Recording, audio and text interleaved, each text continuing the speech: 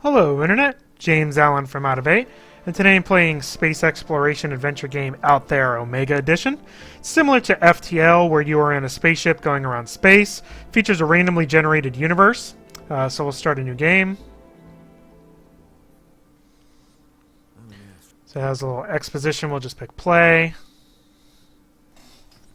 And your goal is to reach that planet way back there, which you will most likely never do. As you can see, the universe is fairly expansive. Unlike FTL, your primary antagonist is not combat, it is resources. You have 3 resources: fuel, oxygen, and your hull, which you repair using resources that you find on the various planets. What you can do is you can jump to any planet that's in the green area. It'll give you a little synopsis of what each of the planets are like. And you can kind of gauge what type of planet you're going to have based off this. It really should be yellow main sequence star instead of yellow dwarf, but that's okay. So we'll just kind of pick any of these here. It has a cost in fuel and oxygen in order to travel there. Plays a little travel animation. And here you are. Eventually, every once in a while, you have these little random events that you can decide what to do.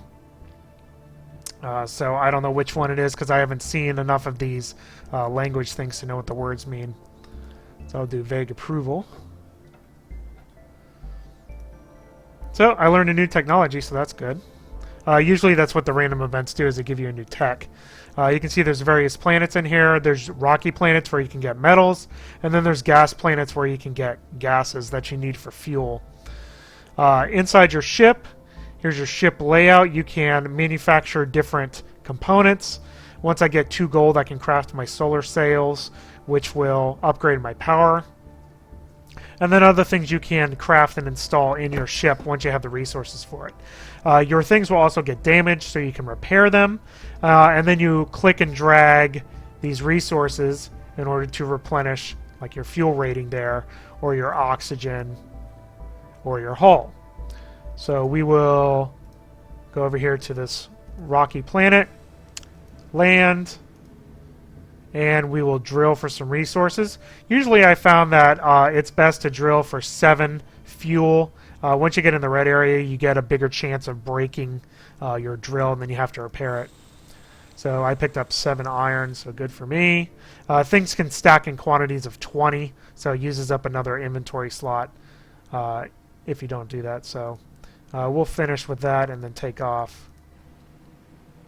And pick the other planet so we can get some fuel.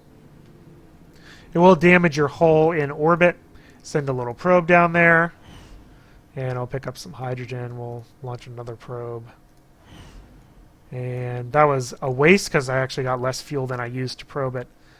So we'll finish that. As you can see, your levels go down very, very quickly.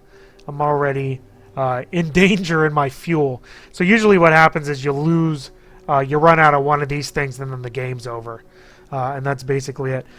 You can encounter other ships that you can transfer your stuff to, which is really good because the other ships have full resources to start out with. But usually you'll die just from running out of one of these 3 resources. So we're done with this solar system, so we're going to go to the next one here.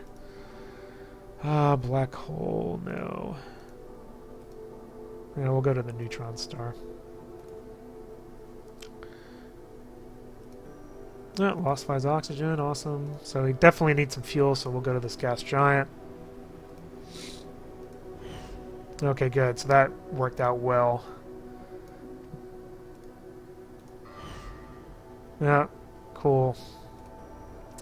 So my probe has been destroyed. That is unfortunate. So I need to manufacture a new probe. Which I can't actually do. I have enough iron for it, so I will do that immediately. And then I will refuel myself with all this. And I'm almost full. We'll repair my hull as well. So there we go. Now I do need some oxygen, so I'm going to have to find an Earth-like planet to go. I don't think I'm going to do that. I think I'm just going to jump. There's a yellow dwarf, so that's good. Ah, lost my probe again. That's cool. Yep, didn't get one with an atmosphere. You're looking for an Earth-like planet. So, let's see here. So now I can just repair it for 2, which is fine. You can also go to the star and try to get gases there, but it's almost not even worth your hull damage to really do that. That's really in emergencies. No, let's do a white dwarf. And I lost my space folder. So I need 1 iron to repair that, and I used up all my iron to repair my hull, so we'll need to drill. Oop, got a new tech, so that's cool. Alright, so now we got some more interesting elements here. We got a lot of silicon and some iron. The hafnium is used for some of the more advanced components that you may discover later. So I do need fuel, and I need oxygen, and I need to repair this. There we go. And we'll take off. I think that, yeah, that's kind of all I want to do here. And then that's basically it. So, you know, the game started out as a mobile game, so it's fairly simplistic like this, but it is fairly interesting. You know, it's just basically a lighter version of FTL, which I prefer overall as it's more complex, but... Oh, and I'm just losing everything. Rocky planet. Well, I need some gas, so... Oh. So I lost my reactor. Good thing I have some iron on board, or else my game would have been over. Alright, so now I need to go over here. Definitely need some fuel. Oh good, got a ton of fuel there. Excellent. Use it all up. Alright, I actually might even probe again. Yeah, 9. Almost a wash. Let's go to this rocky planet, get some stuff from here. A couple plutonium, mostly iron. So I can repair my hull. My oxygen's going to run out here in a second if I don't find an Earth-like planet, so... Every once in a while you can find intelligent life and talk to the people. So I really want a yellow.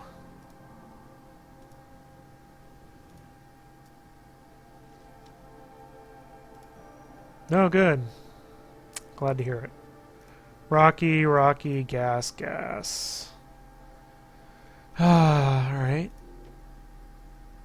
I'm out of fuel. I'm low on oxygen.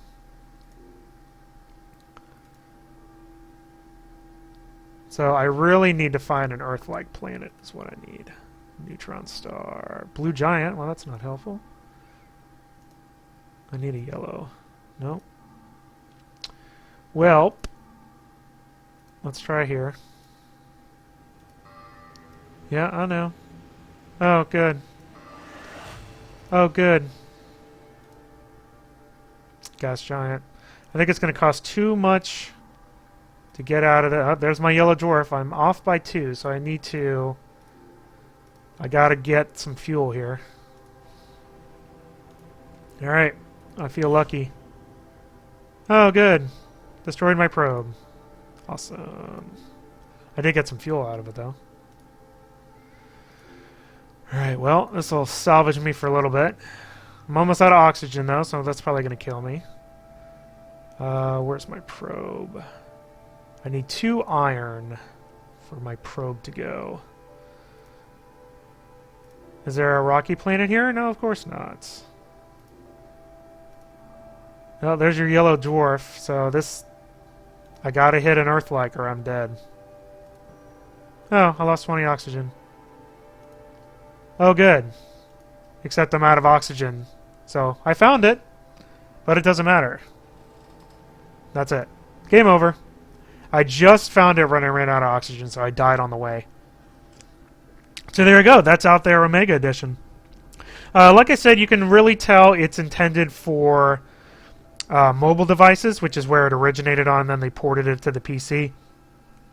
As it's a very light game, it's really luck-based. Like I said, the randomly generated universe, you're really at the mercy of what type of planet you encounter. So it's not really strategy in that sense of like designing your craft or like which planets to visit. It's really just dependent on luck. That said, it's actually fairly entertaining in short bursts as you struggle to try to find the resources you need to just keep yourself alive and repair from all the random events that happen. And it's just varied enough to keep you interested for at least a little bit in the game. So no combat in it, but your struggle is really against finding the resources.